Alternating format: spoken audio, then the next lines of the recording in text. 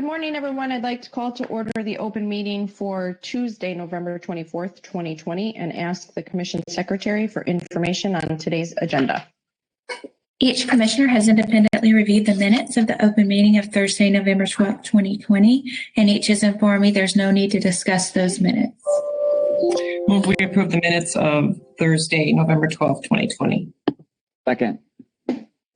All in favor? Aye. Aye. Each commissioner has independently reviewed the agenda, and each has informed me there's no need to discuss the notices associated with agenda items 2 through 6. The suggested minute associated with agenda item 7, approving the appointments to the Wind Siting Council for a term ending July 1, 2023, or the suggested minute associated with agenda item 8, approving the proposal of Wisconsin Gas for a replacement agreement of special contract with Associated Milk Producers. Move we approve the notice of investigation associated with agenda item 2. Second. All in favor? Aye. Aye. I move we approve the notices of proceeding associated with agenda items 3 through 6. Second. All in favor? Aye. Aye. Aye. For agenda item 7, docket 5 GF 228, I move that we approve the appointment of the candidates listed in the Commission staff memorandum to the Wind Siting Council for a term ending July 1, 2023. Second. All in favor? Aye. Aye. Agenda item 8, docket 6650 TG 115, I move we approve Wisconsin Gas LLC's proposal for a replacement agreement of special contract with Associated Milk Producers, Inc. Second. All in favor? Aye. Aye. Okay, that brings us to our last item on today's agenda, which is docket 3270-UR-123. This is the application of Madison Gas and Electric Company for authority to change electric and natural gas rates. And Commissioner Nowak is leading today's discussion, so I will turn it over to you, Commissioner Nowak. Thank you. Yep, we have the settlement of MGNE's electric and natural gas rates for test year 2021, as well as its 2021 fuel case. Just for purposes of how I'm going to proceed today, first I'll give an overview of the settlement and the fuel case. Then I'll ask my colleagues if they have any comments. We'll then take up the fuel case and then proceed to the settlement itself, beginning with the threshold questions of the statutory compliance. And then we will discuss the 15 items that have been flagged for us by Commission staff for discussion. On August 28th, MGNE filed an application for approval of a settlement pursuant to Wisconsin Statute 196.026 sub 4. That filing followed MGNE's discussions over the summer with Commission staff and stakeholders. 6 parties intervened in the settlement: CUB, Renew, UW, WIG, Airgas, and CR Club. All of the interveners, with the exception of Airgas and Sierra Club, signed on to the settlement. Sierra Club formally objected, and Airgas did not make a filing regarding its position. Sierra Club raised a number of objections in the fuel and electric and natural gas settlement. According to Sierra Club, the settlement agreement should be rejected because it does not represent a fair and reasonable resolution, is not adequately supported by substantial evidence, and does not result in rates that are just and reasonable and that otherwise comply with applicable law. So we will address Sierra Club's specific objections when we discuss the procedural and some of the other items that staff flagged for our discussion. A hearing was held on October 8th, 2020 for the fuel and natural gas increase. Parties also submitted testimony and briefs on the settlement agreement and fuel case. MGNE and the signatories to the settlement agreement submitted comments on Commission staff memorandum as well. Settlement proposes no increase in electric rates and a 4.1% increase for natural gas rates for 2021. Commission staff conducted a high-level review of the filed 2021 test year information. MGNE noted that the main cost drivers for the electric rates are the capital investments in Badger Hollow and Two Creek solar projects and a new customer information system. MGNE offset those costs by using excess deferred income tax savings, sales growth, and lower fuel costs, as well as the inclusion of the deferred regulatory liability balance associated with MGNE's 2019 fuel cost plan reconciliation. As a further means of holding rates flat for 2021, On the electric side, MG&E is requesting to defer with escrow accounting treatment several expenses, which we will also discuss later. MG&E also proposed any increase or decrease to the filed 0% rate proposal for electric will be offset by adjusting certain amortizations identified in the settlement. On the natural gas side, MG&E notes that the requested 4.1% increase is driven by the increased capital investments in the customer information system and other gas infrastructure costs. They're also requesting accounting treatment for some of the same expenses that we will discuss on the electric side. For the fuel case, the filing includes preliminary fuel cost estimate of $20.20 a megawatt hour, or a 10.1% reduction from the 2020 fuel cost plan. However, based on the latest NYMEX adjustment, Commission staff anticipates an even further decrease in monitored fuel costs of approximately $718,000, resulting in, again, a larger decrease in the monitored fuel costs for 2021. The settling parties accepted all of the adjustments proposed by Commission staff in the 2021 fuel cost plan. Some other key provisions of the settlement: we continue to see the benefits of the federal corporate tax cuts play out. The settlement agreement includes the 2021 amortization of $4.9 million of protected excess deferred income tax for electric operations and $0.4 million of protected excess deferred income tax for natural gas. Additionally, MG&E included the use of the remaining $18.2 million electric regulatory liability balance of unprotected excess deferred income taxes to maintain a 0% increase for electric operations. Without these balances from the tax law change, a 0% proposal would have been almost impossible. I think soon those balances, however, are going to run out, and unfortunately, it's going to come at a time when we are faced with other challenges due to the COVID pandemic that will cause more pressure on rates. Settlement also maintains the capital structure of 55% common equity and a 9.8% return on equity. This is a really comprehensive settlement. One of the larger ones we've certainly seen.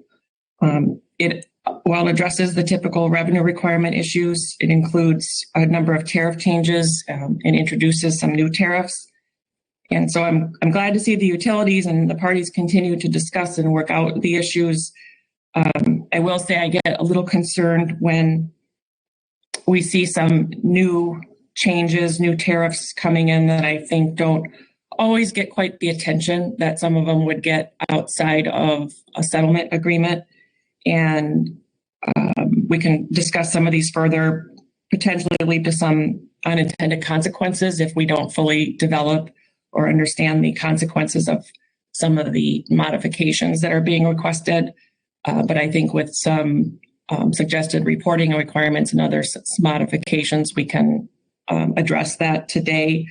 I'm not opposed to any of the tariffs here in concept that are included in the settlement. Again, I just think where we as the regulators, we always have to walk this tightrope of not impeding progress, but also at the same time making sure, again, that there's not the unintended consequences from acting too fast.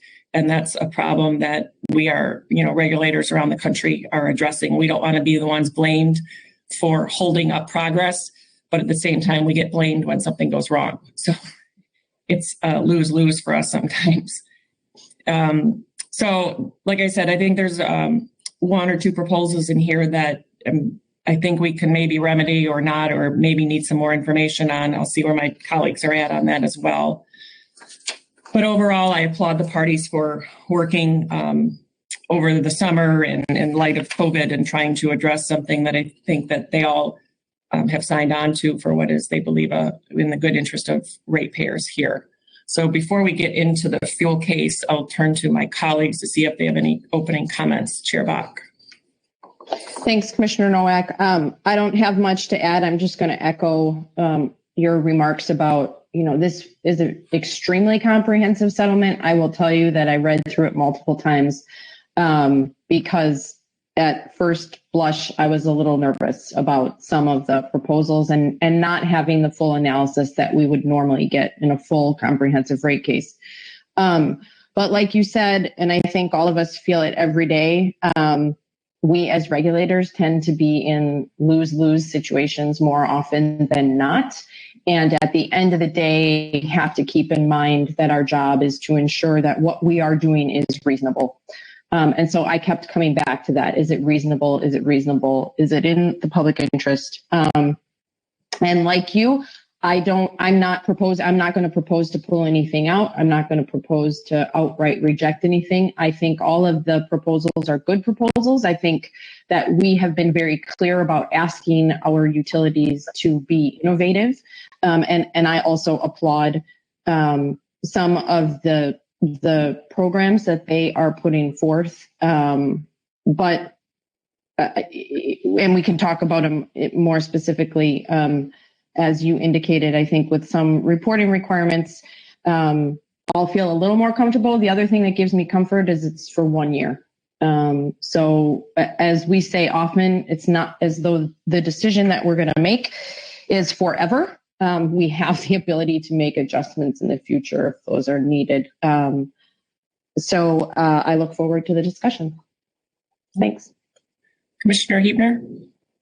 Yeah, one line, many lines stuck out, but one from CUB in their initial brief that described, the settlement results in no increase to electric revenues, a 4% increase to gas revenues, both of which would be significantly higher, but for the incorporation of the various revenue requirement adjustments and deferrals negotiated by the settling parties. And I think, at the high level, as we look at a utility that is transitioning their generation mix, looking at how ability to bring in 100 megawatts of new solar energy and offset the increase in rates from that with fuel savings is hopefully a sign that can continue in the future, but an important step for this utility to be making. So as far as some of the unique proposals, the individual proposals, I look forward to discussing those with my colleagues. There are a few that I think could be somewhat problematic as we get to the tail end of those. So I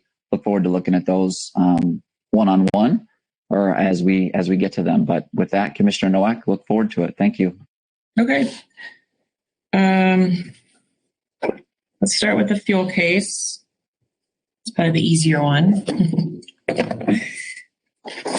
And we do have a decision matrix to kind of help guide our discussion today. And I understand from my colleagues, the first two are uncontested from the parties, and neither of my colleagues and I all independently indicated to our counsel that we don't need to discuss those items. And I had already addressed one of those that accepted all the adjustments, and the NYMEX adjustment come in.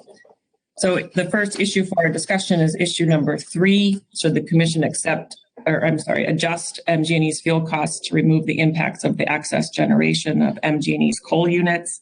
So a series of these questions that we're going to be having here are really duplicative of what we addressed a few weeks ago when we took up the power and light fuel case. And it's the same arguments made by the Sierra Club here that the utility is running the coal plants uneconomically and not appropriately classifying its O&M costs. And here it's even more, my position has not changed from that. First of all, again, this is a bit of Monday morning quarterbacking by Sierra Club. These decisions are made prudently, I believe, at the utility at the time based on the market conditions at the time. And moreover, MGE doesn't run the plant itself. They rely on power and light to operate the plant. So it would be inconsistent for us to find a different position here than what we found in power and light, since they are the actual operator of the plant. Again, I didn't find Sierra Club's arguments persuasive. I am at alternative 2, do not lower MGE's fuel costs to reflect any excess commitment. Chair Bach. I'm there as well for the same reasons we discussed, was it last week? The week before? Nowhere in there. Yeah. Yep, same reasons. My position has not changed. Yep. Alt 2. Commissioner Huebner. Yeah, I'm going to join you at Alt 2 as well. I think the Sierra Club is honing in on a point. I think it's a point of interest across the country.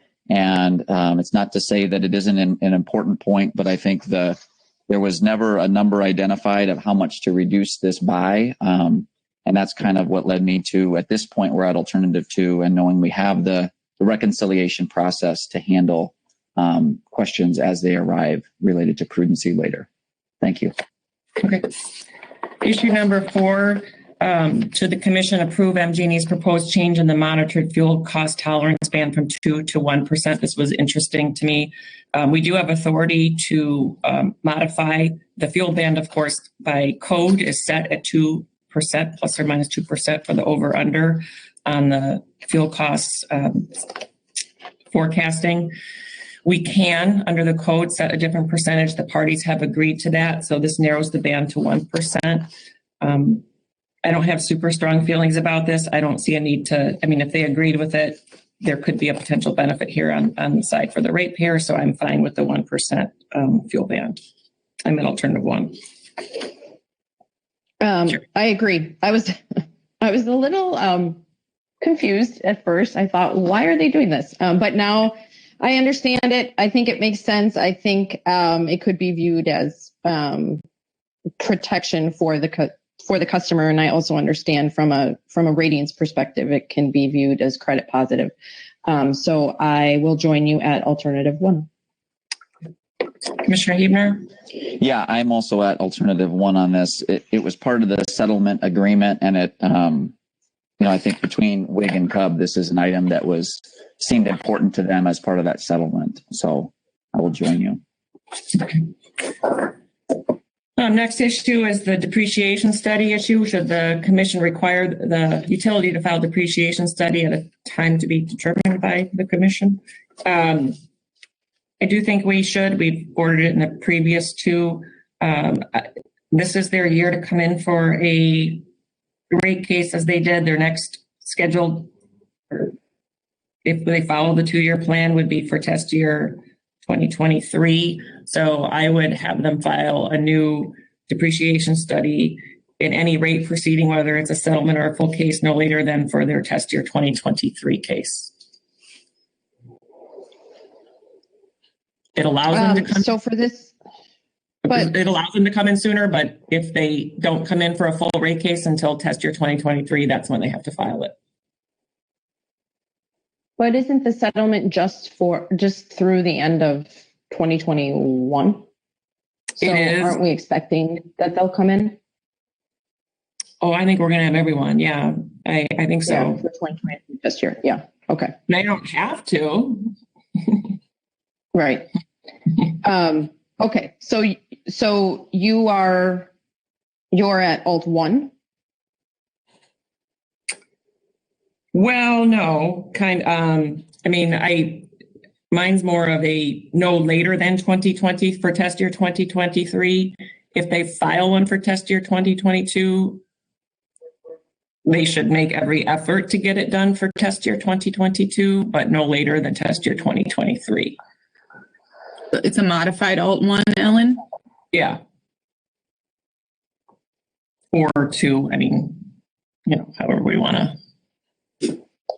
Well, I think you want alt 1 and in no event later than for test year 2023. Yep. Okay. So I'm just going to remain consistent with my decision, whenever that was, for Power and Light, and I think for WEPCO, and that is to set the June 1st date. So I would be at alt 2, and I would use June 1st again for MGE. Okay. Commissioner Huebner?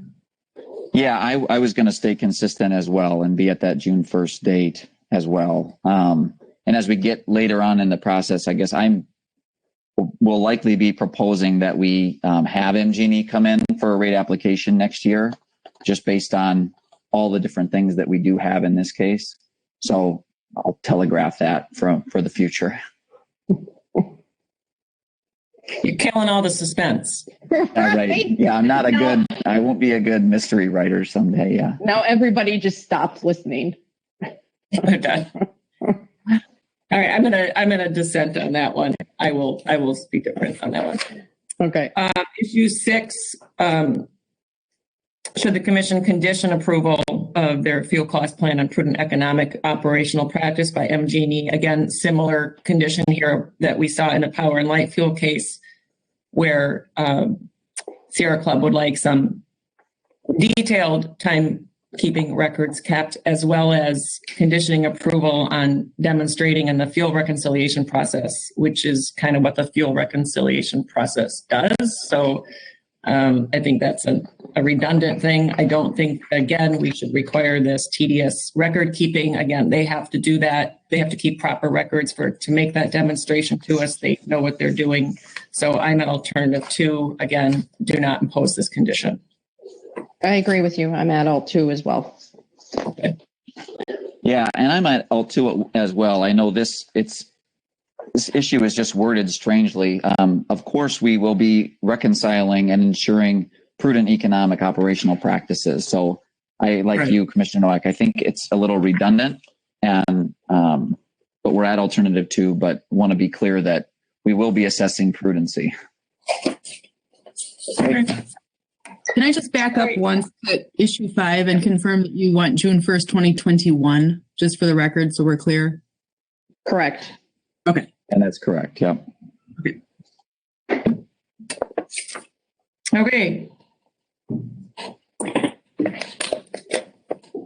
As I noted, there's some tariff changes and some other modifications that in the settlement that Commission staff flagged for just us for some little further discussion, just based on they were novel or new and thought they would be worthy of our having a conversation about. So that begins on page 37 of the Commission staff memorandum. And we need to walk through the procedural requirements. Sorry about that. Getting excited here. Yeah, now you're really killing the suspense. Getting excited. Let's talk with the procedural requirements. First, we have to walk through a couple statutory requirements that settlements have to meet now in Wisconsin since we passed the settlement law, which again is meant to bring some structure and some transparency into the settlement making process. The first question we have is on page 10 of the Commission staff memorandum. It's whether or not the settlement itself complied with Wisconsin statute 196.026 and 3 through 6. I think that it has, that this is just more of, did they have the appropriate hearings? Did they have the exchange of information? Did parties file their responses to the settlement agreement in appropriate time? So I'm at alternative 1. I think the record does show that they did comply with the those procedural sections of 196. I agree with you. I'm also at alternative 1. Okay. I would agree as well. Okay. The next one is the satisfaction of settlement criteria in 196.026 sub 7. This relates to for a reasonable opportunity to be heard under the settlement. As I noted, there was a hearing on October 8th on the natural gas and the fuel case. I do think that there was opportunity to be heard. The parties did have a fair exchange of information. Sierra Club objected to this part. They believe that they did not comply because Sierra Club believes that a hearing should have been held as well on the electric rate, 0% increase, as they call it. Sierra Club believes that because there's some tweaks in particularly like in the residential time of use rate, where there was an increase to the base rate and then a corresponding decrease to that peak rate charge, if I've got it right. They believe that overall that would have been a rate increase. I don't agree with that, first of all, because that's only open to new customers. That's not for existing customers for a variety of reasons. So I think that we did comply, that a hearing was not required on the electric side for the rate proceeding. So I am at alternative 1. I agree. Alternative 1. Commissioner Huebner? Yeah, I am also at alternative 1 on this. Sierra Club's arguments, I think, also relate to the escrowing and how that may impact future rates. But the way the statute is written, it's about rates in this test year. So I think we've cleared that, and the company, may or may not have to raise rates in the future based on that, depending on how they balance things out. So Right. Right. Yeah, we've seen that argument before too. And if that were the standard, we'd have everyone coming in for rates every single year or having hearings all the time. Right. And can I just say one more thing? Yeah. I was going to bite my tongue, but I've decided not to. I think that we as an agency go over and above in terms of affording interested parties the opportunity to be heard.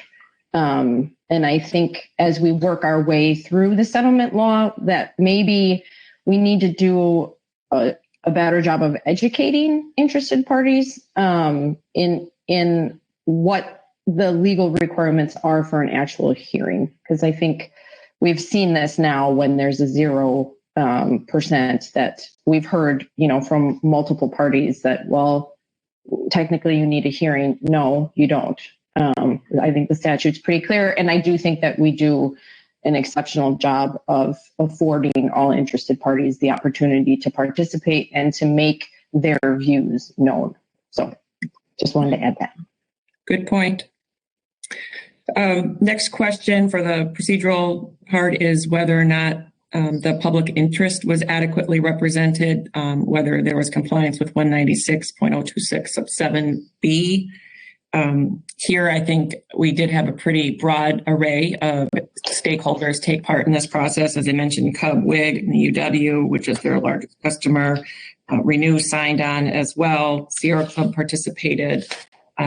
So I think there was a very broad representation. I think that these are the parties that typically participate in these proceedings. They're well versed in it and they know how to communicate to their customers and represent them well. So I'm at alternative 1 on that issue. Chair Bach. I am as well, alt 1. Yep, I am as well at alternative 1. The last threshold question is really going to be addressed also at the end here. And I will just raise some preliminary remarks on it. The final criteria that we address is whether or not the settlement is a fair and reasonable resolution to the docket. And I think part of that is going to be some of our discussion through some of these other issues that we're going to talk about. But I will note at the outset and just address it now, Sierra Club again argued that as a whole, this is not in the public interest. And they spent a lot of time discussing and had testimony because they believe that the continuation of the current fixed and volumetric charges for certain residential and commercial classes is not in a public interest. Quite frankly, they are fighting a decision and decisions from 2012 and 2014 that have been, at the time, they were supported by adequate evidence at the time, substantial evidence in the record. They were not contested after the final decision was made.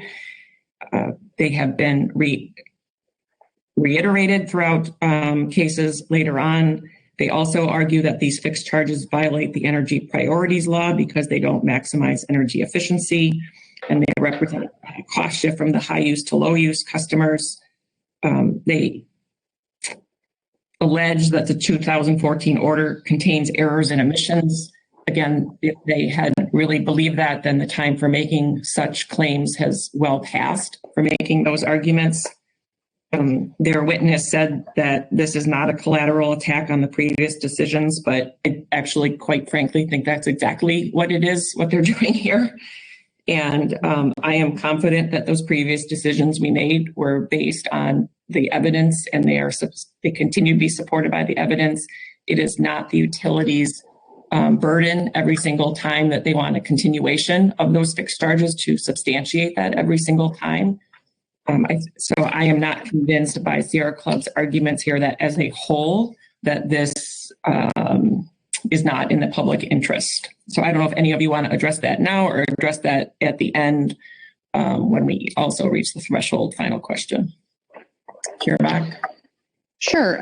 I can briefly address it and then we can hit it again when we talk about their specific conditions. I agree. I think it's inappropriate to continuously try to relitigate the same issue.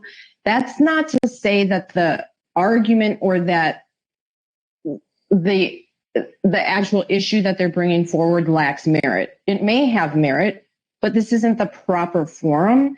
And continuing to go back to cases that were litigated 4 years ago and the appeals period has run is improper. So I'm all for listening to competing or opposing views or alternative ways of looking at something, specifically like fixed charges. But this particular case isn't the proper venue. And so, yes, when we look at this particular case and the settlement, the way that it's drafted, I have no question that that it represents the public interest and that it is legally sound. So we can talk about their specific proposed conditions later. But as a general matter, I do think it's a fair and reasonable resolution, and it is supported by substantial evidence. Okay. Commissioner Huebner? Yeah, I'll jump in too. I think, again, CUB in their initial brief discussed this issue and talked about, from their view, the maintenance of maintaining the current electric and natural gas fixed charges is reflective of the give and take between CUB, MGE, and the other settling parties, particularly within the current economic context, wherein the settling parties' primary focus is or was avoiding or limiting rate increases to the extent possible. And I think that kind of is where we're at. We're in the spirit of this settlement. CUB had certain positions about this issue in the past, but at this point in time, I think the standard is about the fair and reasonable resolution of this settlement, which I am going to join you on. But and I did take umbrage with the tone of Sierra Club's testimony and certainly briefs at parts. But I think some of the points that the witness Robigo brings up in his testimony are fair to continue to look at in the future as it relates to rate design, particularly in the continuously changing energy landscape. And so I do I'll close your mystery loophole. This is why I would like to condition MGE coming in next year, because it really has been since 2014, since a really robust set of cost of service studies have been done on gas and electric. And I think I don't think it's illegal. I agree 100%. I don't think what was approved was illegal, as you noted, Commissioner Nowak. Those arguments were not challenged because I think rate design is a policy question. I think it's a policy decision. But I think some of the things that Mr. Robigo brings up are important policy questions about making sure we're not that we're aligning rates with long-run marginal costs. From my perspective, that the customer connection charge is equal to the costs of being a customer. And I think third, increasingly in the last year, both with the pandemic and around, other societal and racial issues, is looking at the equity perspective of he brings up elderly and minorities among the groups who tend to use less than average and how this impacts them. So I think part of the settlement includes MGE working with CUB on a detailed household burden index analysis. I think that type of analysis will be helpful going forward as we look at this issue and rates in general, and a lot of the issues interrelated to that. So that concludes my remarks on that issue. Okay, thank you. All right, now we will jump into the items that have been flagged for our discussion that at least the joint commenters have commented on, and I know Sierra Club also had made some previous comments on the settlement as well. So we are going to go to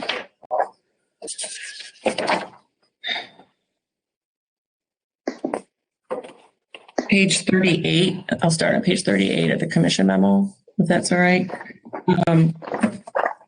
I was actually kind of like surprised. We actually have a true rounding difference or error. We always joke about that, but there seems to be a difference in how the the applicants filed their adjusted cost of capital, and then how commission staff calculated the return to be. And we're talking about very small differences in percentages. For commission staff, they use what they call their consistent rounding calculations and estimates the required return on net investment rate base would be decreased from 6.96 to 6.95% for electric and 7.08 to 7.07. The utility claims that they used their own calculations that they have been using for a long time. And when I first read the response from the utility, when they pushed back on the small percentage change, my first thought was like, oh boy, this is how this is all going to go from here on out. Because I thought this would be an easier one, but they did object to the staff change. And to be honest, it does make, there is a substantial cost difference here, at least, it's probably over $100,000. So, but because this was based on the agreement, I'm going to stick with how the utility did their rounding here, but really ask that in the future that this utility and commission staff work together ahead of time and make sure that everyone is rounding to the same, using the same rounding principles as we go forward. And so I'm at alternative 2 on this one. Are you really? Okay, okay. You surprised me. I'm actually at alt 1. I think, just to do it properly. And you're right. It is kind of a long-standing joke about rounding errors. But I think it's got to be done. It's got to be done the correct way. And I do understand that the company pushed back, but I was at alt 1 for this one. Yeah. Commissioner Huebner? Yeah, I was at alt 1 as well, just for consistency's sake. So I guess that's where I'll stay. All right. Well, I'm going to stay at 2. I think everyone is saying they're consistent here. And again, because this was just in the settlement, I'm going to let it be and then let them work it out together ahead of time. Or next time. So I will dissent on that one. The next question relates to the escrow accounting treatments. We have 2 escrow accounting questions coming up. The first one is for pension and other post and benefit employments, OPEB costs for 20, how we're going to treat those going forward. We have been allowing escrow treatment for some other utilities and this utility in the past too on some expenses, given the volatility in the markets. And these are out of MGE's control, particularly the volatility now with COVID. This could be a substantial amount that could fluctuate year to year. We're talking in the millions of dollars. So I am fine with continuing to allow the escrow treatment for these because I think it helps both the utility and the customers here stay whole. This is a benefit to both sides, and I think that's a really good thing. The one thing that I did, I guess, have a question on, we have to decide if we're all at allowing escrow treatment is for how long. The settlement agreement, it says to 2022. It doesn't say through 2022. They could always come in and ask for another year. In the comments, they asked for something longer. It was a little more vague on that, but I'm at alternative 1, allowing it through December 31, 2021, because I think that sticks in line with what they put in the settlement agreement. So, Chair Bach? I agree. Alt 1. Huebner, Commissioner Huebner? Yep, I too was at alternative 1. And again, if they, for whatever reason, don't come in 2022 and need it, they can separately file a request for that. The next question for decision is bad debt with escrow accounting treatment. This is a request for escrow accounting treatment for bad debt that they had put into their rates. But what is notable here is that they also had an increase of their bad debt for that was $650,000 over what they had previously what was previously authorized in their last rate case. So again, here, I think that given we're going to see an increase in bad debt due to the decisions made for in COVID and whether or not customers are going to be in arrears for several months with their bills. I think that allowing escrow treatment here is going to be necessary, again, to help protect the utility financial position.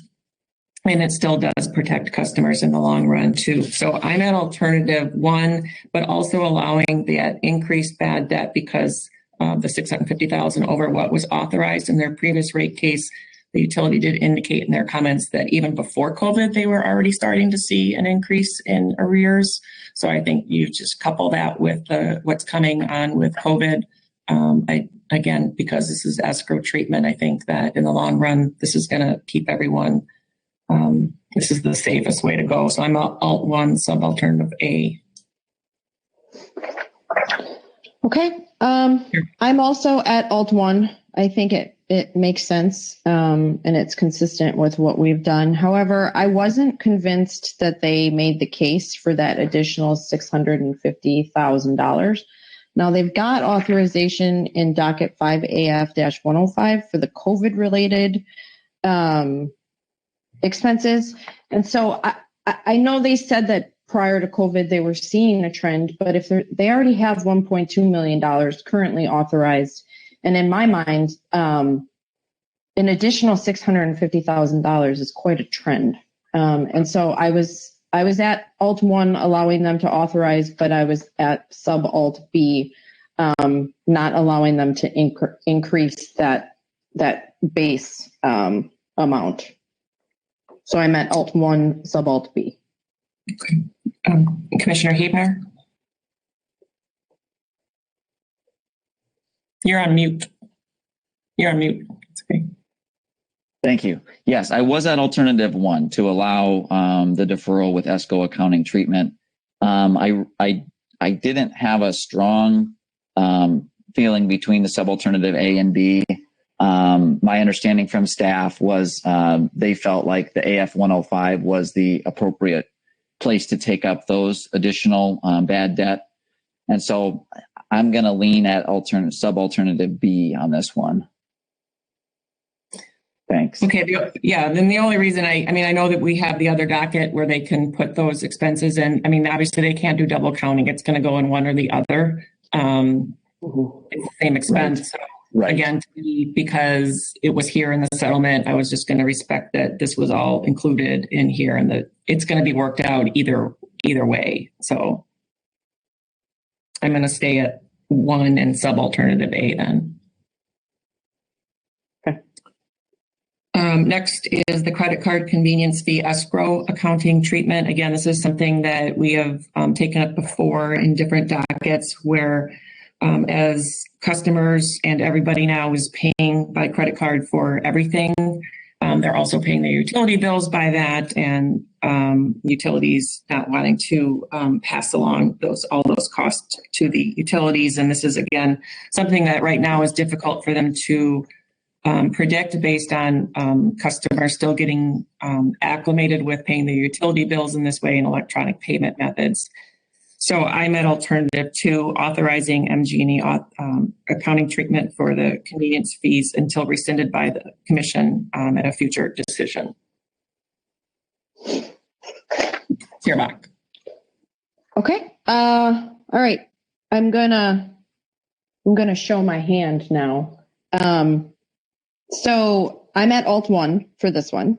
Because I agree they should be able to use escrow, and I think we're going to get eventually to a point where I think there might be the last one who's seeking elimination of the fees, and the hope is that the utilities would be able to negotiate some better terms with the credit card providers. But that being said, I'm going to propose that we require them to file a full rate case no later than May 1st of 2021. And this is the first issue where I'm at Alt 1 because I would like to see an analysis in their next full rate case, just related to the O&M savings that are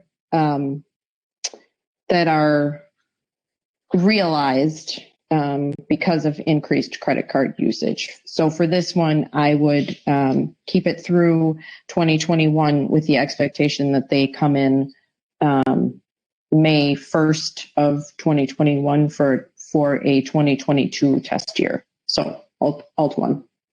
Okay. Commissioner Huebner? I was at alt 1 too, because I was looking back and we had an NSP separate issue on this that we approved for 2020 and 2021. And then we approved for 2021 in the WP&L case. So I was just trying to stay consistent with that and doing it through 2021 with the decisions I had been at previously with other utilities. So that's why I was at alternative 1.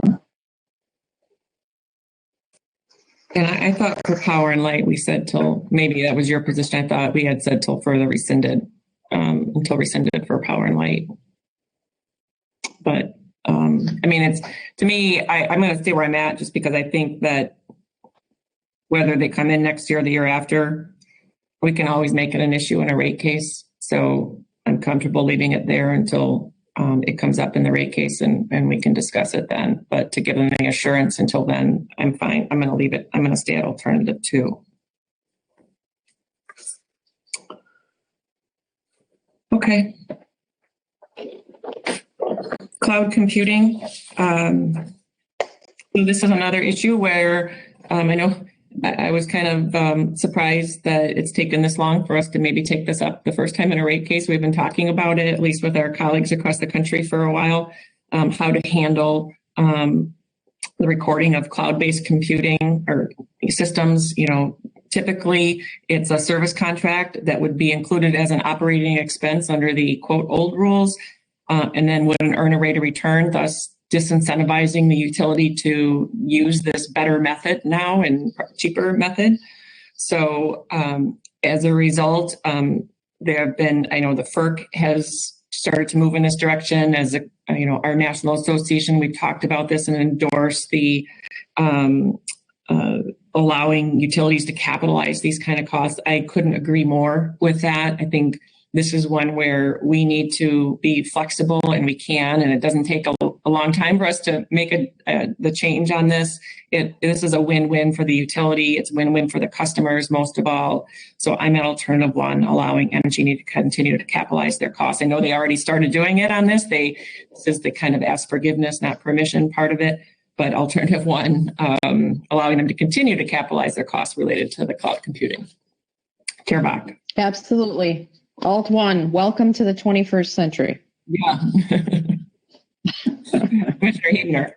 Yeah, in the same vein. I mean, I think it's just the way that this, computing has gone. And I think, Commissioner Nowak, I would defer to you, but from a cybersecurity perspective, I would think that, using these platforms that are able to make virus updates, in real time, as opposed to Mgne having a back room full of their own servers and having to keep up with that constantly changing world is an important piece of this.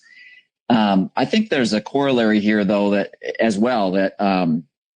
I think it's interesting to explore is sort of the service-based world, and how does that correlate at all with, power purchase agreements with solar developers. And sort of right now there's an inequity where if the utility owns the resource, they earn a rate of return. Other states have tried to put that on a level playing field, right? And the same thing, I think, with demand response or energy efficiency. So to me, this is definitely the right move for cloud computing, and I'm looking forward to thinking about how does that relate to other energy type of resources as well. So thanks. Mm-hmm. Yep, there's a whole Pandora's box there to keep going down. Thank you. I'll have a busy Thanksgiving. Yeah. Allowance for funds used during construction. Mgne is requesting authority to accrue AFUDC on 100% of the QIP associated with projects requiring a CA or CPCN upon approval. Interestingly, though, there are no new projects included in the settlement agreement to which they're referring to, but this is in case something comes along during I assume, the duration of the settlement agreement only. So it does remove some risk here for the utility. I know that things are moving fast. There may be something that comes up. understand we've done this before, so I am fine with that. But I do think we need to associate that this is just for the duration of the settlement agreement here, and this isn't. This is not one that I'm willing to go in perpetuity on. So I'm at alternative one, but putting that it's for the duration of this settlement agreement. Chair Bach. That's a really good point, Commissioner Nowak. I was also at Alt 1, but I think that that's a very important clarification to make. So I will join you there. Commissioner Heber? Yes, I will join you there. Good addition, Commissioner Nowak. Thanks. Okay. Okay, the next is a renewable flat bill pilot program. So this one was interesting because it's somewhat like the Power Light flat bill program, which I understand is really popular, but also it is a little different in a couple ways. First, this is optional for customers to get on, and they're like Power and Light, there won't be an annual true up, but customers, at least if you have 1,000 kilowatt hours or less per month, they're going to use a formula or put you in what they call a tranche system, and to break it down in 100 levels of different tranches based on your average monthly consumption, and you'll get charged for that. If you're like at 350, you're going to get charged for 400 kilowatt hours for that month. Again, there's no true up, but if there's some wide variations, the utility will be checking on these things, and it has some discretion to, pull somebody off of the tariff if the customer is using a lot more, perhaps, than what they are typically paying for. So this is a pilot. Again, the other different thing about this is that it requires the customer to sign on to the renewable energy and get a renewable energy surcharge. That wasn't the most exciting thing to me, because I think if someone wants certainty, that's all they want to do is just get certainty in their bill. I thought then you also have to sign on for this other adder on your bill. I thought that was unnecessary, but I assume part of some type of negotiation among the parties. And again, as long as that's made clear to someone that's signing on to this, that they are going to get an additional surcharge on their flat monthly bill, I think that, as long as there's full disclosure and someone wants to do it, more power to them. So there are some reporting requirements, however, that Commission staff has recommended, 6 of them to be in fact. And they're listed at the pages 49 and 50 of the Commission memo. One would be give us information about customer participation, retention, annual complaints, customer satisfaction results every 2 years. Also provide the number of company-initiated customer removals from the program. They also would like to see the average increase and decrease in electric consumption from program participants, the average dollars saved and average dollars lost for those customers in the program, and then copies of any outreach materials sent to customers regarding this. In the joint comments that were made on the Commission memo, it was interesting. It looks like just Mgne, or maybe that's how they worded it. It wasn't clear if all the commenters, but there were objections raised to 2 of the proposed conditions. I think otherwise they were fine with them. The 2 conditions were they maybe just, one they didn't totally object to, and it was the one where staff was asking for the average increase and decrease in electric consumption, because there are a variety of reasons why someone's consumption can increase or decrease, including weather and other things. They just want to work with staff on making sure that all of those different variations are captured in that number. So it's not just, so they just want full disclosure on that. And then the other one that they objected to was the inclusion of the average dollars saved and average dollars lost for customers enrolled in the program. Mgne's, the response was that, well, the main purpose of this program is just certainty, and calculating this isn't the whole point of the bill. I mean, I get that, and I get people just want this for certainty. I understand that, but I mean, I would also think someone's going to ask if you're going to sign up, like, so what is the average customer save? I think that's going to be good information to have. So, I mean, if I were them, I'd do it anyway, just because I think the customers are going to ask for it. And that's one of the first things I would ask. But I could take that one out. I would definitely leave the other conditions proposed in there. So I'm at alternative 2. And I would probably leave all those conditions in, but if you guys feel strongly too about taking out that 5th condition on the average dollar saved, that averages are always difficult to, apply across the board. So I guess I'd lean to take that one out, but we'll see where, I don't know, Chair Bach. Okay, thank you. So this one, I think the last time we talked about one of these sort of set it and forget it bills, I scratch my head and just wonder, I understand that some people want the certainty, but it just seems, this one in particular, it seems that the customer will be paying a significant premium.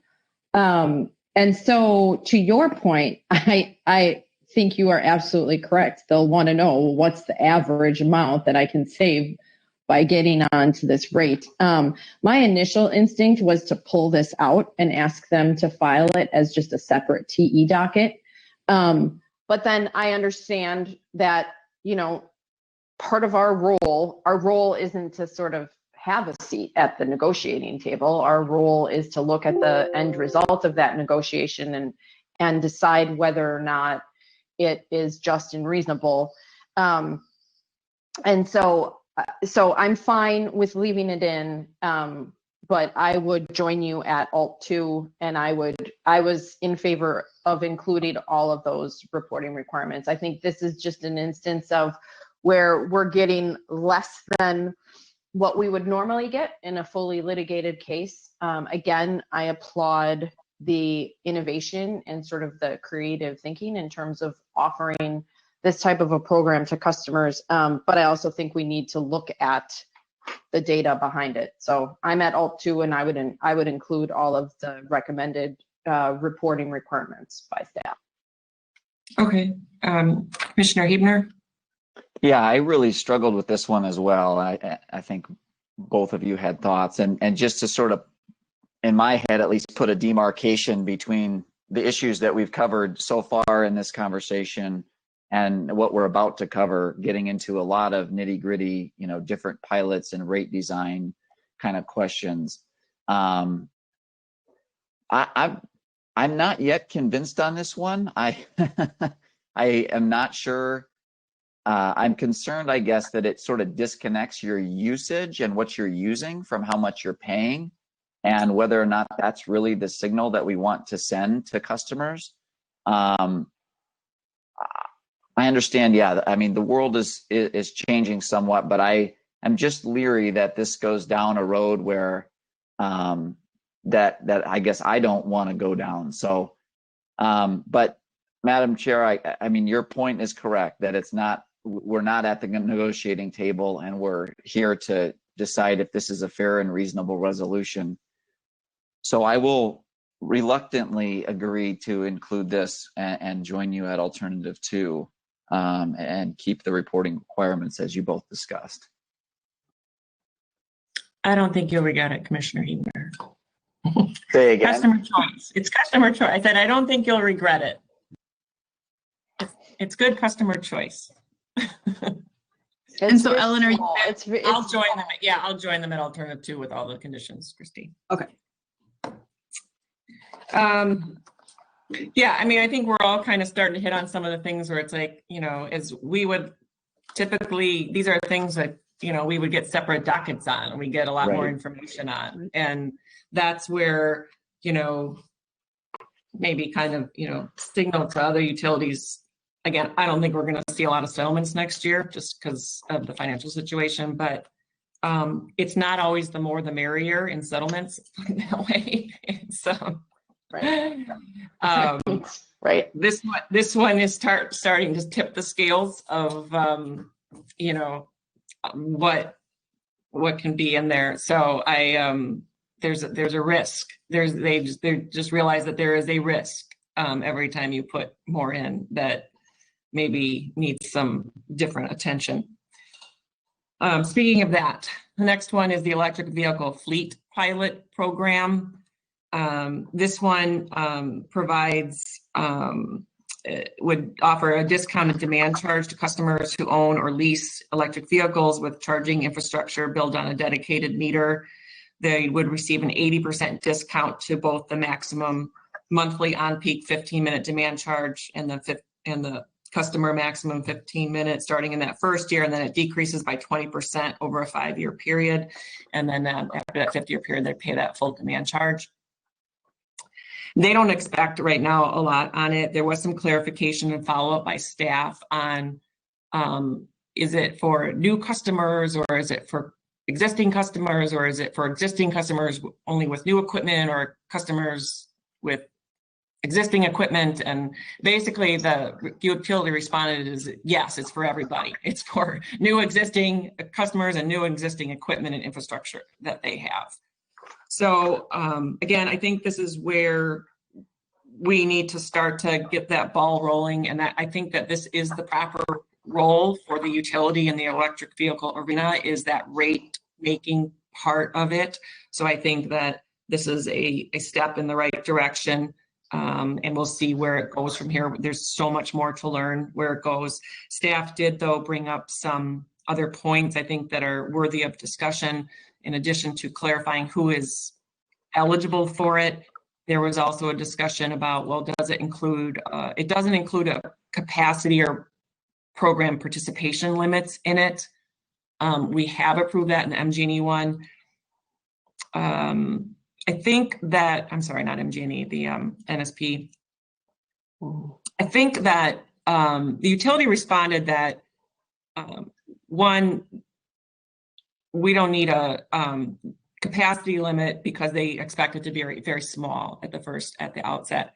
And at first I was like, we probably should put a capacity limit in, but where I've landed on is no, we don't need to right now, because we will be seeing this utility come in the year or two for a full rate case, another one. And at that time, we'll have a little more information how this is going.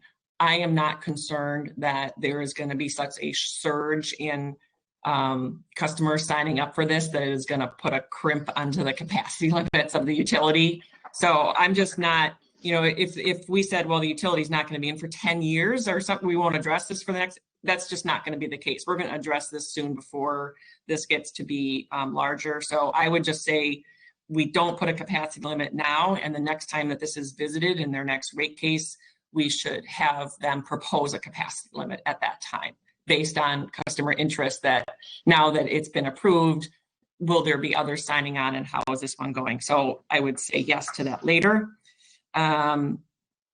So same thing with the customer participation limit. The other suggestion was a term limit. The utility responded that, well, there's one kind of built in because it's a 5-year declining charge. I agree with that, so I wouldn't put a term limit on that. Although then the other two, I do think that we should explore, and it's including evaluation metrics, data collection, reporting requirements, and then how this is playing out in rates, which of course we'll see in the rate case, make sure that there isn't any cross subsidization going on. The utility noted they don't think that's going to happen, but let's just make sure that's not going to happen. So I'd like to have some more analysis on the cost, how this is being paid for in the next rate case. So I'm at approving this with those conditions, except putting the capacity limit or term limit in there. Chair Bach. Can I ask a clarifying question, sure. Commissioner Nowak? Would you tie that program evaluation and reporting to a date certain? Their next rate case. Okay. Well, and I mean, they might not have initial, but I think at every rate case, because this is a pilot, as much information they have at that next rate case, they need to give us, and then we can evaluate it at that next rate case how much more reporting and how often it needs to be. Okay. Okay.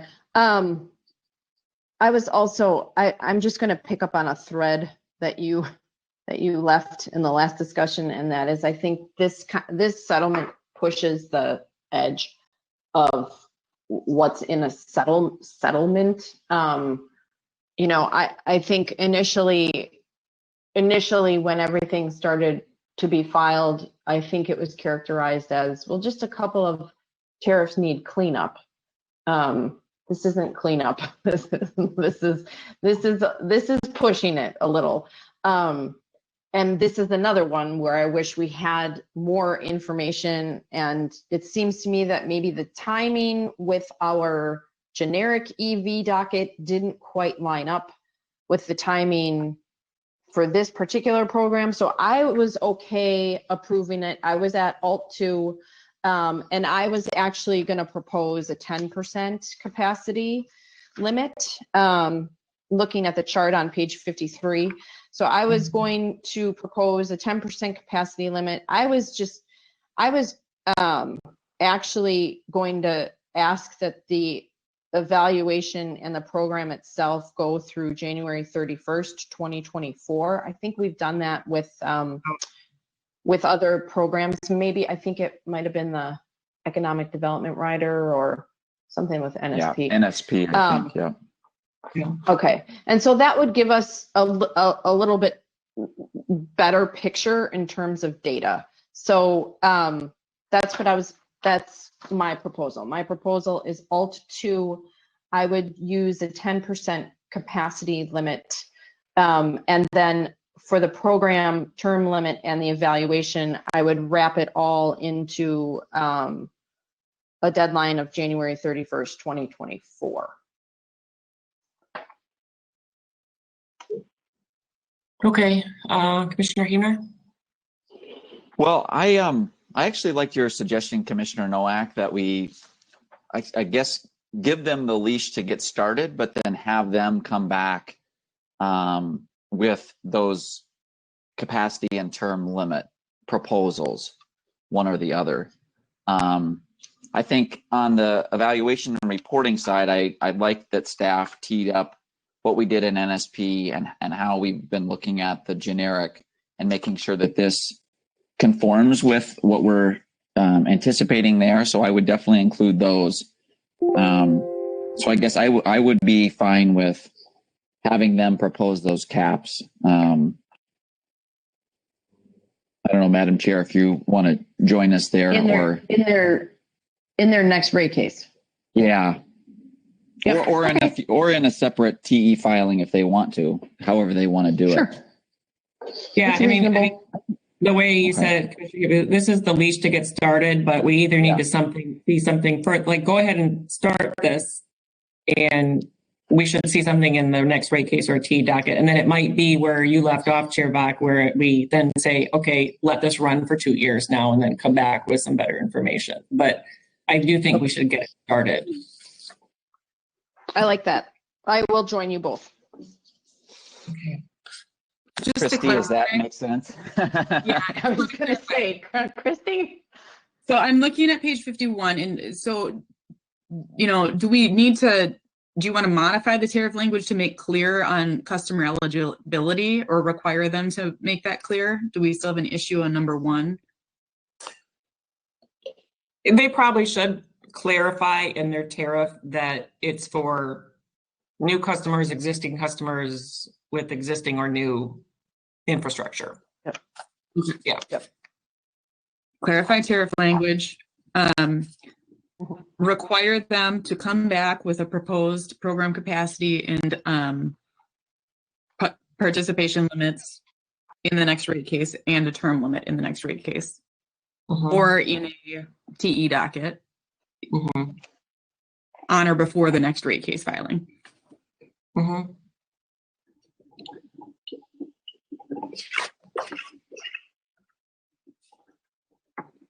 Okay, and then what do you want for evaluation metrics, data collection, and reporting?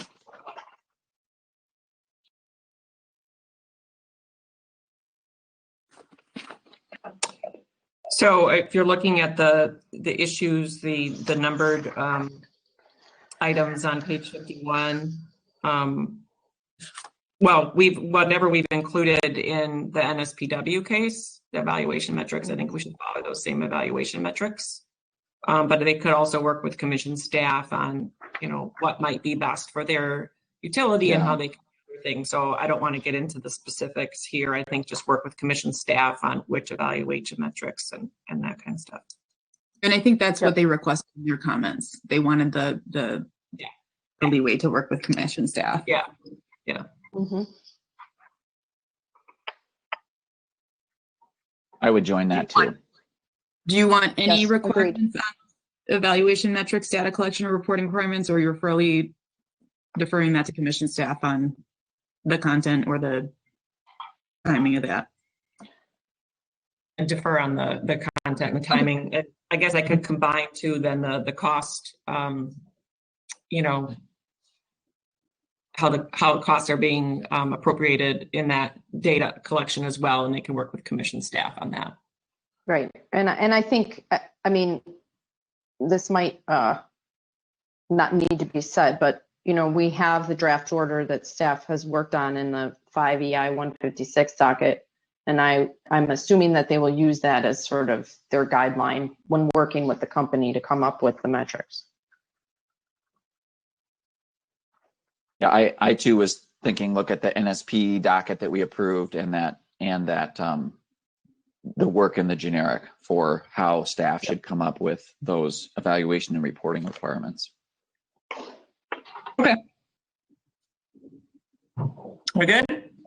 Yes. Thank you. Yep.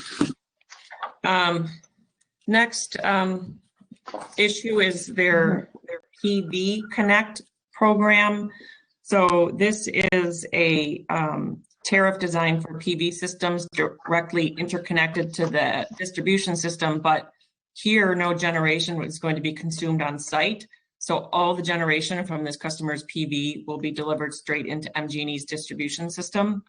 So, and this is again just for PV resources, and no storage devices might be used in combination with this. This is set up, in some ways it's a little similar. They have some similarities with their PG tariff, and then they differ a little bit in how the PG tariff is set up. First, any customer signing up on this must sign on to a 25-year agreement. That's not something that's in the PG tariff. Number two, they have a grid connection and customer service charge that's twice more than the charge per day for that PG1 tariff if that customer has to install a separate meter for that PG. And then the other part that's different is they're proposing a different capacity payment for the PV Connect that's offered under the PG1. Under the PG1, that capacity payment is based on the MISO capacity auction results, and it's also on a kilowatt per hour basis. On the PV tariff, they're proposing to offer based on the cost of new entry or cone, which is reset annually. That is a higher payment. And that's also based on different billing units. That's based on kilowatt hours. This is the one that gave me some heartburn over it. I know they don't expect a lot of participants in this. I was actually asking what customer would do this without actually getting some of the own energy itself. But again, more whatever suits the customer. I am concerned here, and I've raised this some other issues where we've looked at capacity payments is, and I understand the utility, pointed out in its comments, and the commenters pointed out in the comments that because of the differences that I noted that just talked about with the PG tariff, that it justifies a different capacity payment. I still am not convinced that this is a cost-based analysis that they did. It might be. I just don't know. I just don't think there's enough record here to say that the cone is the cost base is the appropriate way to compensate for capacity. So this is one where I actually would take out, or at least, have them come back with some more information on to justify that different cost capacity for capacity. I don't think we have enough information here to make a decision that this is the federal law requires us to set that on the actual avoided costs. And I don't think the record here shows us that it has been done that way. Chair Bach. So where did you end up, Commissioner Nowak? No, I think it should, I mean, my instinct is just to take this out Oh, okay. Okay. or Um, come back with more information and delay it, going, I don't know if we can do that, but I just, it's not, I don't have information here that this is based on actual inputted costs. I think we need further analysis on that. So my inclination is take it out. So you're at alt Okay. 4 starting here? Yeah. okay. That's where I started. And then I went back and forth and I kept asking more questions about who wants this. I don't understand completely. And again, this is one that would seem to me would be a really good candidate for a separate TE docket. But then I went back to kind of where I've landed on all of the others, and that is, I kept saying, well, who speaks for the trees? Who speaks for the trees? I don't understand this. And then I have to remember, well, they had a lot of people speaking for the trees, right? So there were a number of outside groups that signed on to this, and that actually supported the use of cone.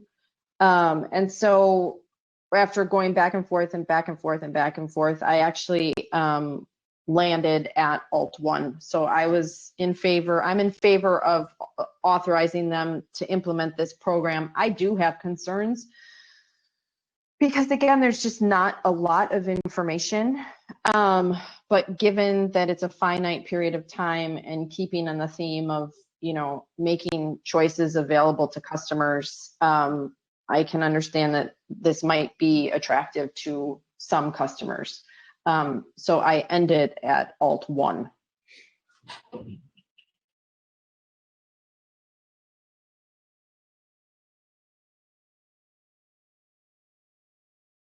Of providing equal capacity value treatment to solar PV that isn't owned by the utility. We've had a number of construction cases where utilities have argued vociferously and successfully that the solar PV they want to own and build should be evaluated as a new resource against the cost of new entry from a capacity perspective. So I think this starts down the road, but I agree with you both that I think this is best fleshed out or in a TE or a contested docket.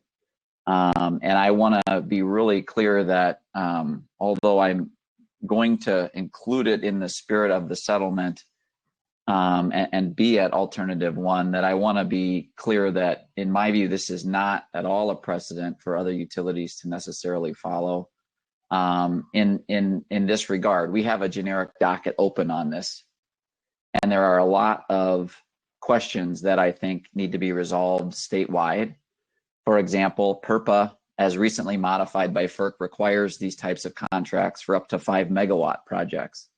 So I'm not sure why a limit here is 1.5 megawatts when PURPA requires qualified facility contracts for 5 megawatts. PURPA requires those for any generator, not just solar PV. I'm not sure that it may be, but I'm not sure that 25 years is the right term length either.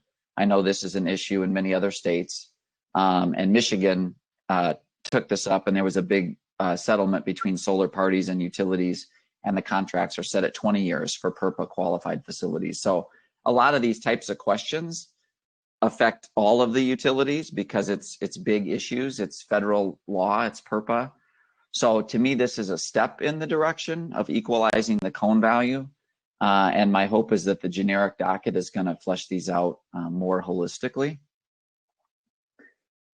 With that said, there is one modification that is relatively minor, but important, I think. So I guess, Madam Chair, I'd be looking to you to see if you'd be willing to adopt this. In MGE's existing PG1 and PG2 tariffs related to customer generation, they define the capacity as being AC, which is alternating current. And so it's 100 kilowatts AC, and that's clearly defined. In this tariff, it just says 1.5 megawatts. It doesn't clarify that it's AC. But this came up in their last rate case where they made this clarification just to be clear to themselves and to customers, sort of what, if you're talking about DC kilowatts from solar panels or AC kilowatts of the whole system. So I would offer that friendly amendment that would make this consistent with their existing PG tariffs and add AC, meaning alternating current, onto the capacities that are described in this tariff. So that would be my amendment. That makes sense to me. I'm okay with that. I can agree with that. Okay. So then I'll join you at alternative 1 and go ahead and include this. Okay, I'm going to stay at alternative 4. Just again, I just don't think we have enough here. I'm not assured that this is based on actual what it costs. And I want to underscore something you said, Commissioner Huebner. This is not something that others should look at and say, aha, they did it here. This is what we think now. This was in the context of a settlement, and this does not become the template moving forward. There's a lot more work to be done and analysis to be done on this. So just caution on that. Next is the SP3 tariff. This relates to the only customer that's on it is the UW. They're basically incorporating an interruptible service component into the SP3 tariff that is similar to the other interruptible service riders, also in that class. It allows for both firm and interruptible nominations. So Mgne, they worked extensively with the UW to work on this. I think that this is a good proposal. They worked well with their customer. As long as, the UW, I assume, is willing going in with that the interruptible is now a mandatory component of SP3 as opposed to optional. There were some also changes they made to the customer charge that the utility said would be, I think, very immaterial. But overall, I think this is a, fairly revenue neutral modification to the tariff that is hopefully works well for the UW. So I'm an alternative 1, accepted as filed. Chair Bach. I agree. Accepted as filed, understanding that UW was the participant. And so I'm going to assume that this reflects the customer's input. So I'm at Alt 1. Commissioner Huebner? Yep, I'm also at Alt 1, and I'm real interested in, I know they added this interruptible type of information into this tariff that's normally, it's in their CNI tariffs for other customers. So they brought that in. I think that's an important aspect because it's going to give the UW an opportunity in the future to participate as a demand response customer as other large customers are. So I think that's a good addition. So thanks. Okay, good. The next is a new residential time of use tariff. They currently have a residential time of use tariff. It's the 2A, R2A. They're proposing to close that to new customers and then open a new residential time of use tariff, R2A. And the difference is going to be they've, I guess, turned the dials a little bit on what is the on-peak and the base rate schedule for the residents on this. It's fairly different than what's going to be under the 2A. The utility says this is more cost-based. I assume this is done with them after looking at some years of being under the program and understanding that maybe to send a different price signal. It is a different price signal, but it'll still send a price signal. I know Sierra Club, I think, had some issues with this one as well. In addition to it, they, again, I think erroneously thought it was raising rates. It is not. This is just, again, changing the on and off peak charges for residents who are on this. I'm fine with it. They did an analysis here of what a, again, typical bill is under this. It's been put in our commission staff memo. Again, this is an optional tariff for customers to sign on to. I thought it was fine, so I'm at alternative 1. Chair Bach. I agree. I'm at Alt 1 as well. Commissioner Huebner. This too, I think both of your arguments before about the weight of the settlement. This was one that stuck out to me where again, we're back in rate design, and time of use rates is a key component to that rate design. We've got electric vehicles, we've got, battery storage, so much is changing. This is one I would have liked to see, contested or in a TE docket where we're really able to look at how to make these changes in light of these different technologies and different customer patterns. So I'm going to live with it as part of the settlement and join you at alternative 1. But I do think that this is going to continue to be a question. What's the right time of use rate design? We've had a relatively similar time of use periods for years in Wisconsin. I know Alliant changed theirs a few years back. But, we've seen a lot from a lot of different sources, Brattle Group, Regulatory Assistance Project on rate design related to time of use and all these new pieces of equipment, smart thermostats. So I think it's going to be a continued conversation. That's why I wasn't real excited about changing it here, because I think there's a more of a conversation to flesh out, but I will go ahead and join you and look forward to those future opportunities on this tariff. Okay. The next are some changes to some of the commercial industrial tariffs. In particular, the utilities proposing to close the CG3 tariff to new customers. That's a tariff that offers time of day pricing to small commercial customers with that lower demand lower than 20 kW. This is going to affect new customers taking service under the CG5 who would rather be charged that time of use rather than the CG5 flat energy rate. Closing the CG3 though to new customers effectively forces those customers, again, to install a demand meter, which they haven't had to do, and incur demand charges in order to take advantage of the time of use rates. Analysis done by commission staff shows that a CG5 customer really then has no incentive to take service under the CG4 if they're required to pay a demand charge if they have a load factor lower than 60%. I get that, but so basically this is limiting customers from taking service on time of use unless they have a really high load factor. Commission staff suggested that maybe in order to make up for that change or effect, we could consider including an alternative CG4 tariff for opt-in customers with demand lower than that 20 kW that doesn't require them to pay demand charges. I'm not going to make that change. I'm going to respect the settlement discussions here. WIG was involved, CUB was involved here with the utility. I understand this, has an impact on those lower load small customers, but again, as long as that customer is made fully aware of it going into it, there are some other options available. So I'm at alternative 1, approving it as filed. Chair Bach. So I agree that I'm going to sound like a broken record. I think all the parties are really pushing it with all of these changes to tariffs, and I would like to see more analysis, particularly in the next rate case.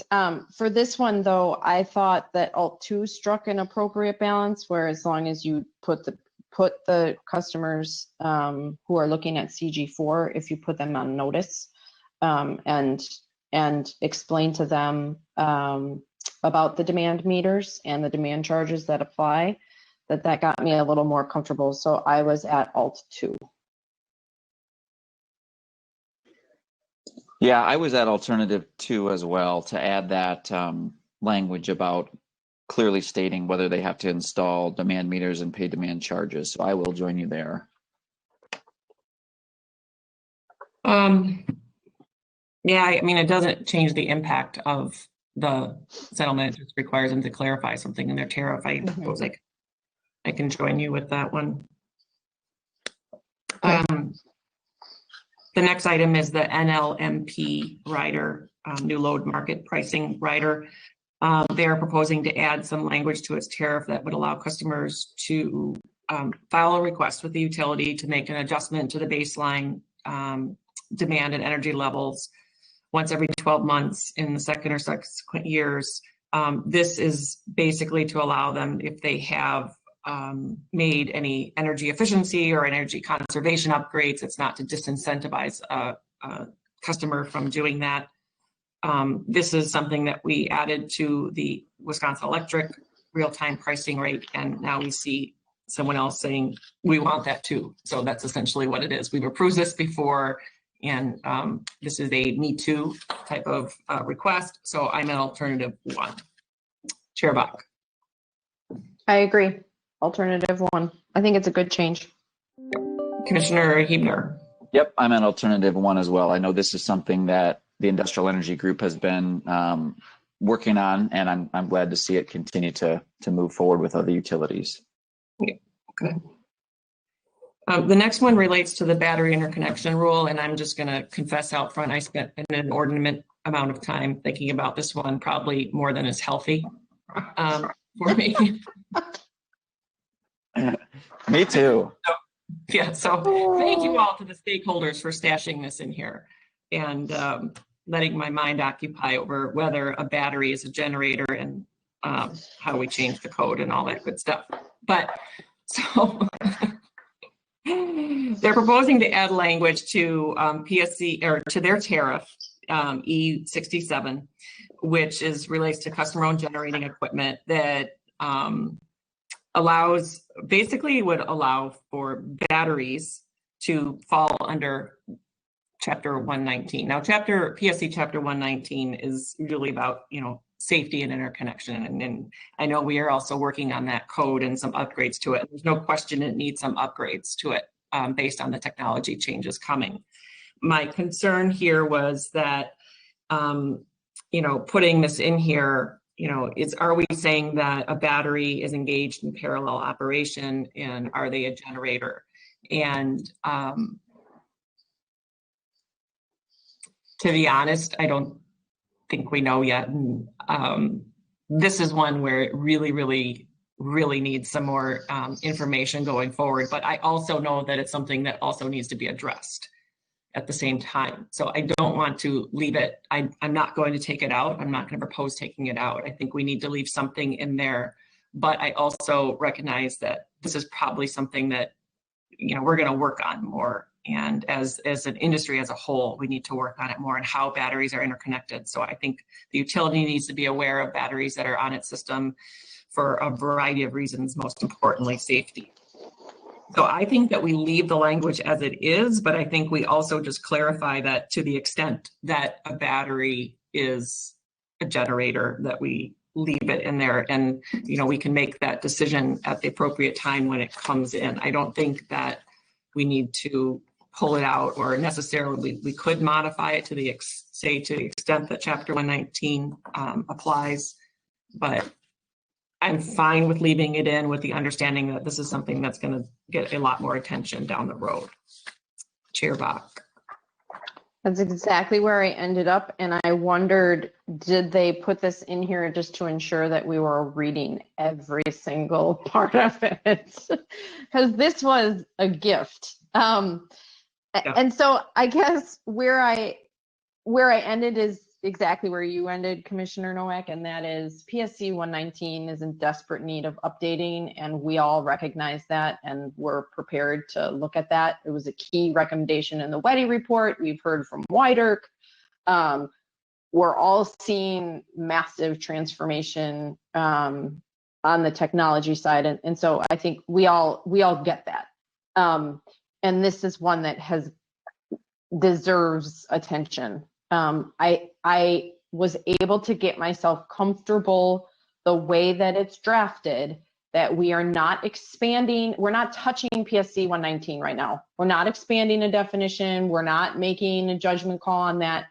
We know that we're going to be looking at PSC 119. I think the way that it's drafted, I was eventually able to get comfortable with it, understanding that whatever happens in our work with PSC 119, if that then requires a change to their tariff, they'll make that. I mean, I know that the code would supersede the tariff anyway, if something gets changed in the code. But that's a really long way of saying I ended up at Alt 1 and I wouldn't make any modifications.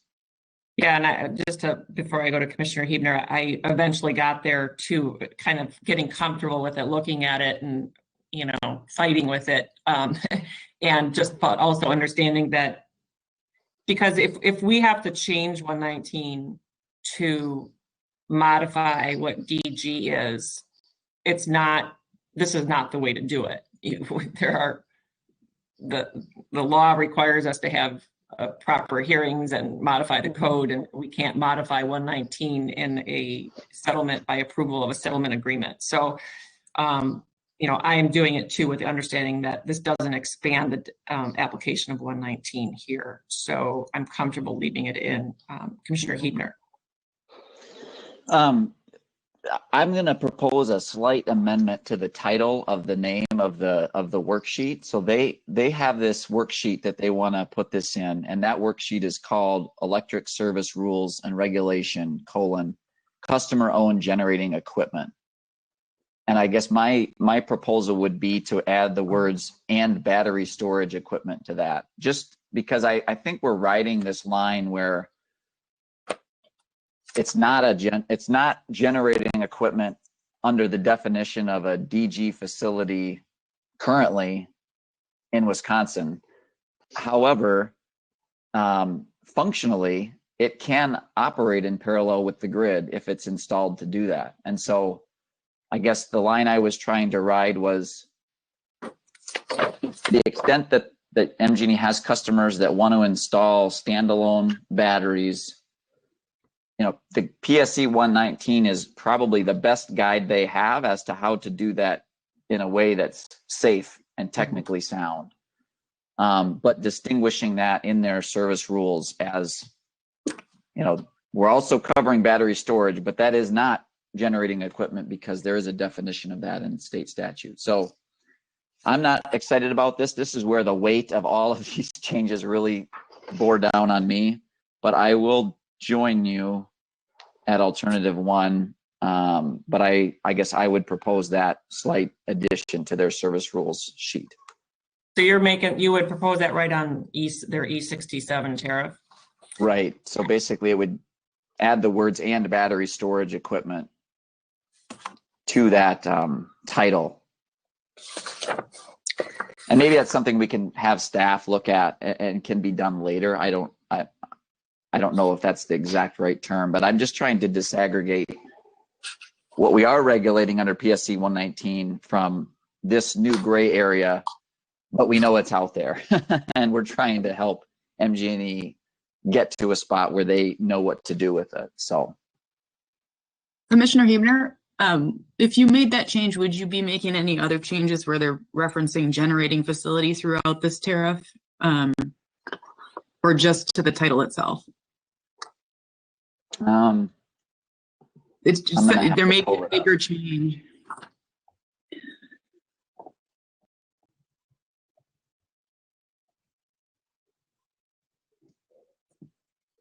Yeah, I get what you're trying to do, Commissioner Hebner. I mean, and you bring up a good point. I mean, I could see a circumstance where somebody would throw it back in our faces, perhaps, at a later date. That, see, you called battery storage customer-owned generation. Yep. When clearly all three of us agree that that's not what we're doing. Yep. Yeah,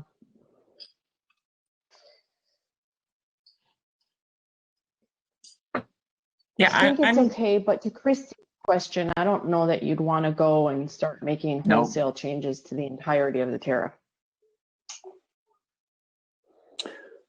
No, there's no proposals of that nature, and so that would be I think that would be outside of what I would want to do here. I think we should not make any more changes to this tariff and let it live as it's going to change here. And if we're going to make more changes, let's do it after we have some further information. I think changing the header and some other words in there is going to start to perhaps add more confusion than already exists. to this. So I understand too where you're going, Commissioner Huebner, but I'm just going to leave this one right where it is. Can we just make it specific in the order that, you know, the commission, while the commission authorizes this language, it does so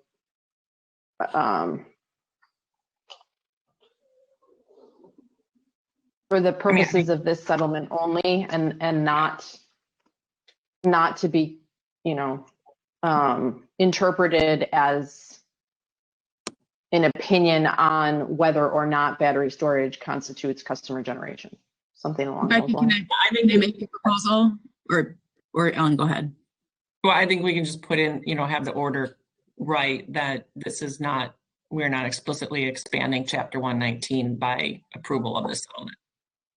And that's it.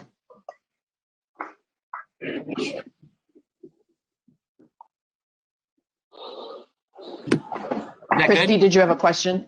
I was going to say the same thing, is that we could, if you want that to be clear in the order, we could definitely add that language just to clarify. That might be the easiest way to express what you're trying to express here without,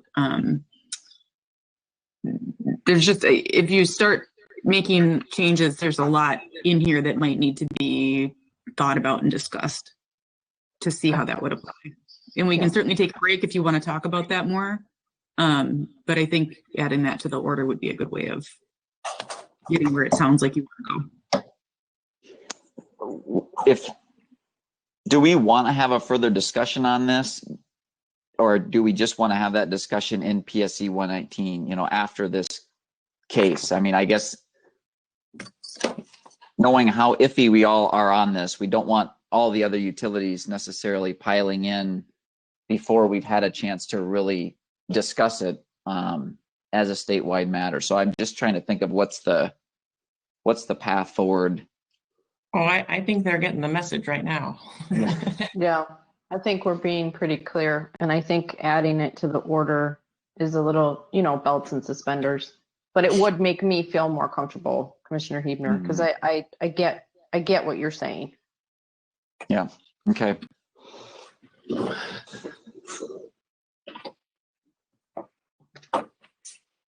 And we always have a chance to see the order before it goes out, right? And so if we feel like we need to bring it back, that's always an option too. We could. Yep, we could. All right, are we all good there? Yes. Okay, cool. There's some other discussion in the memo about what the transmission expense and the conservation expenses are. Those weren't, there weren't any suggestions made in there. There was also a change to the natural gas rate proposal, but nothing further for discussion for us, at least. The final thing for us to discuss is potential conditions for approval of our modifications to this. Staff listed some conditions here at the, I think we had one more issue that we wanted to bring your own device. I knew I was going to forget that. Sorry to interrupt. No, that's all right. We're nearing the end because I had to plug in my laptop, so we must be getting towards the end. Speaking of batteries, I ironically had to plug in my battery during that discussion. I thought that was just for illustrative purposes that you were showing us your battery. I'm not that smart. So they also proposed, hang on, I lost my sheet, a bring your own device program. Yeah. Oh, right. Yeah, hang on. I have way too many papers here. So hang on. Oh, here it is. Like, pull it up. This again is a new tariff that would be, I think this one also is limited to just 30 participants, if I remember correctly. Commissioner Nowak, this is the one where they're expanding their smart thermostat. Yeah, so this would allow the utility to control the air conditioning system during the peak months and peak hours. So what this would do, though, is the company, if they enroll in this, they apply for a minimum of 12 months. If the customer terminates after 12 months, they can't re-enroll for another 12 months. And what happens is the customer, again, has their thermostat controlled by the company in order to reduce demand during high peak periods. Those would take place potentially during the months of June, July, August, and September. They limit it to 20 events per year and 4 hours per event. Customers can opt out of any of those events unless it's been an event that was declared by the NERC as a level 2 alert for a service territory. In exchange for that, customers are going to get a one-time payment of $50 after they enroll, and then an additional payment of $25 every summer they participate. So again, designed to incentivize them to reduce system costs. The one thing I had a question on, Sierra Club objected to this one as well, saying there's just not enough evidence in the record on this. They thought it was, disproportionate into who it could apply to. They did not believe that they wanted to see a comparison of this to other demand response types of programs. I don't think that we need to see all those other comparisons. I mean, this is a fine program. The one question I had was, how'd they come up with the $25 and $50? They did respond to a commission staff request for information on that. And they said they based it off of some other information that they've been getting on the smart thermostat program. And I think they also said it was typically lower than what some other utilities have been paying some their customers around the country. So again, I'm fine with approving it now. I just would like them, again, in their next rate case to file a little more information on that cost, that incentive, if it is the right amount for the incentive to be made. I think that it's fine for now. Let's get this started. It's a very small pilot, and let's see where it goes. So I'm at alternative 1, but also requiring them to file some reporting information in their next rate. Chair Bach. I agree. I was also at Alt 1, and I would join you in requiring additional information to be filed in their next rate case. Okay. Commissioner Huebner? Well, this is one, I guess. So they have this authorization in a TE docket to do up to 1,000 thermostats.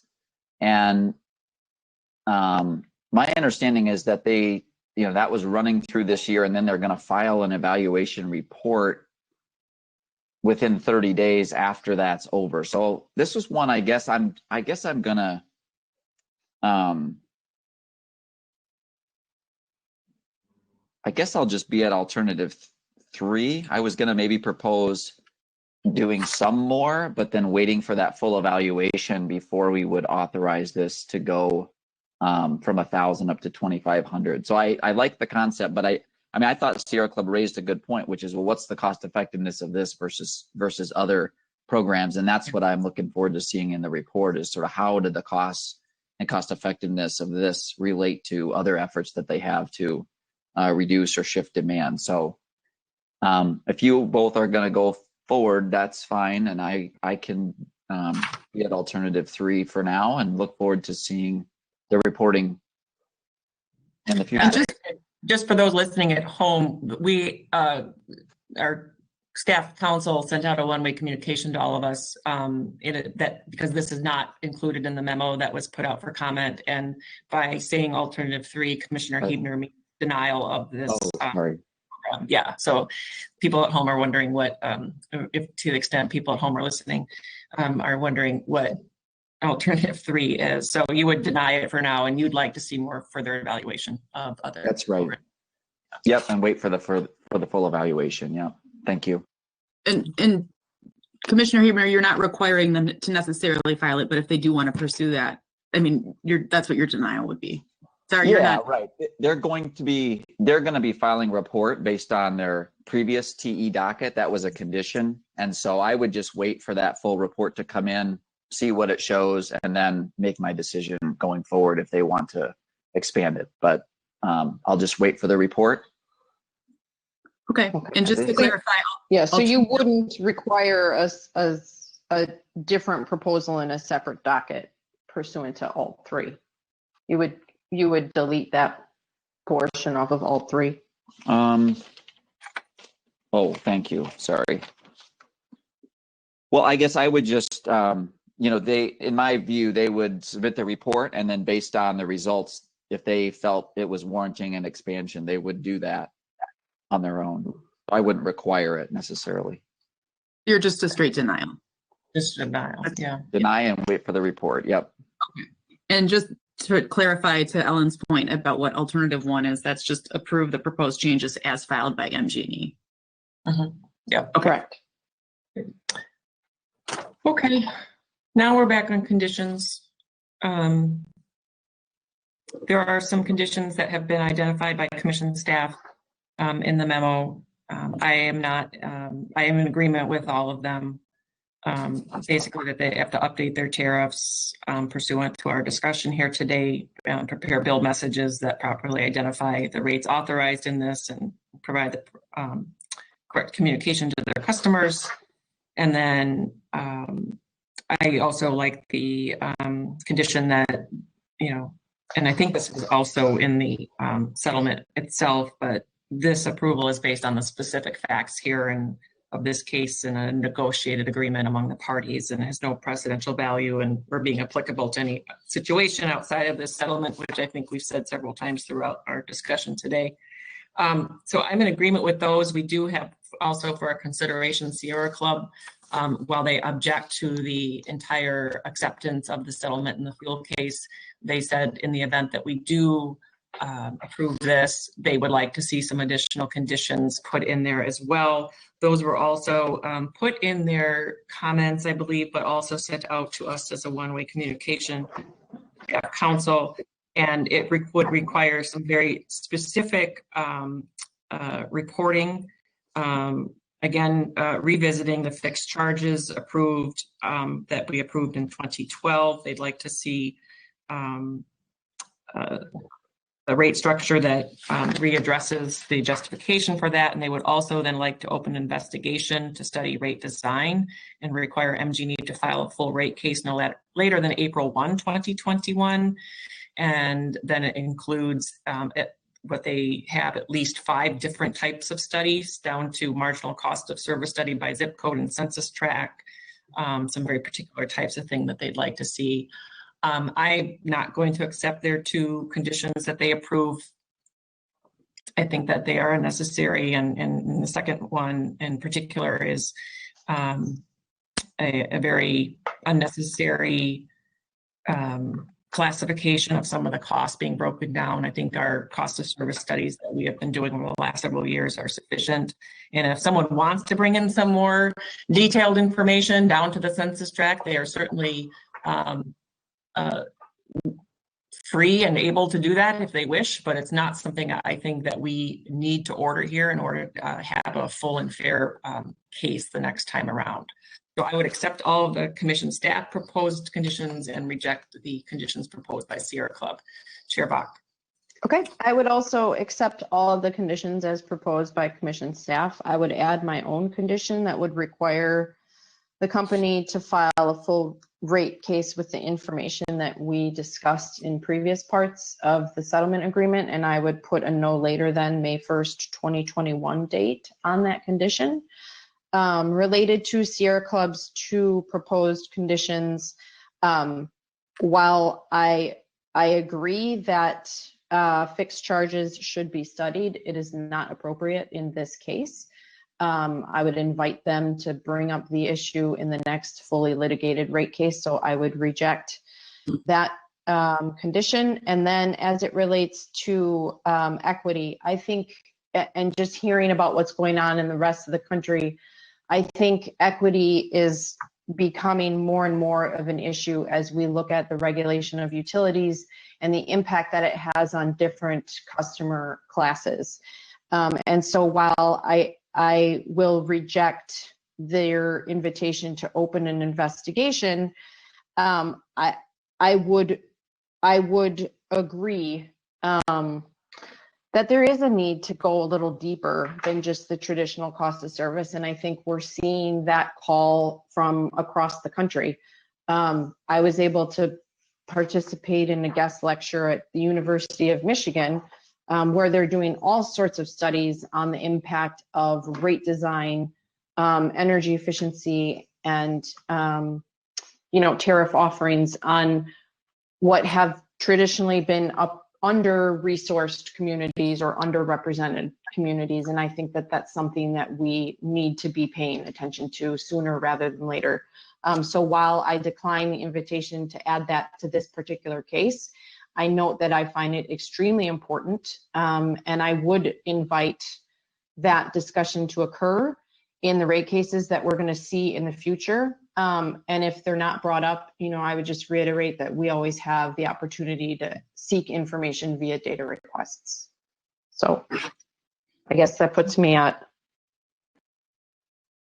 sort of a modified Alt 1. Because you're adding the requirement to file a rate case. Right. Correct. And I'm not going to put that requirement in there. I won't join you on that. And I think they're going to do what's in the best interest of the company and customers next year. So my guess is they'll be in, but I don't know that we need to put it in the order in case things change. But Commissioner Huebner. Yep, I would join on all three of the staff conditions on page 71 and of the memo, and I would join Madam Chair in requiring them to come in for a rate case by May 1st of next year. Did you say May 1st or May 31st? I'm joining. May 1st. Yeah. May 1st, okay.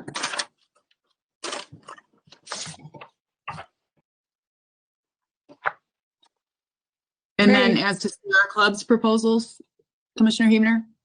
Yeah, I would not accept them. I think essentially condition 1 is essentially not agreeing to the settlement and opening up rate design, which I'm going to go along with the settlement here today.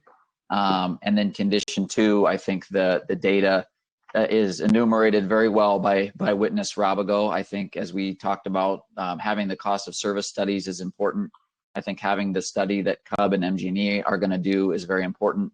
Madam Chair, your discussion on equity, I think, is important. So I think we're going to cover a lot of those bases. I wouldn't explicitly include those conditions, but I do expect that type of information to be available by the company or by parties, as you mentioned, if this issue comes back up. So thank you.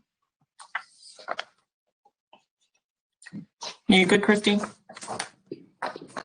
Yes, and you did, so you're adopting alternative 1 on page 72. Yeah, but there's an addition of filing a new condition. Yes. Which I'm going to dissent on that one condition. I'm not in agreement on that one condition. Yeah. And just before I make the final motion, I know we made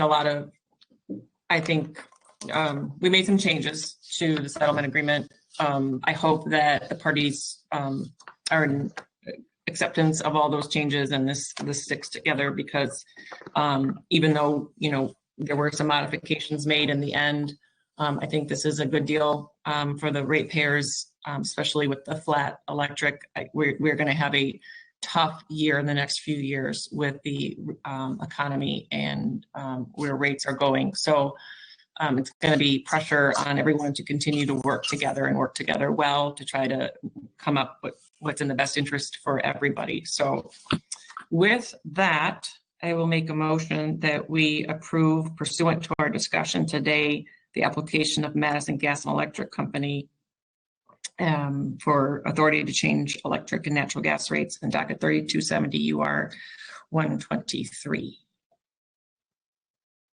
You're Second. on. All in favor? Aye. Aye. Aye. Okay, that concludes our official business for today. Our next open meeting is scheduled for Thursday, December 3rd, 2020 at 10:30 a.m. I hope you guys all have a really nice Thanksgiving, that it's relaxing and safe and everything else. So with that, I'll have a motion to adjourn. Move we stand adjourned until Thursday, December 3rd. Second.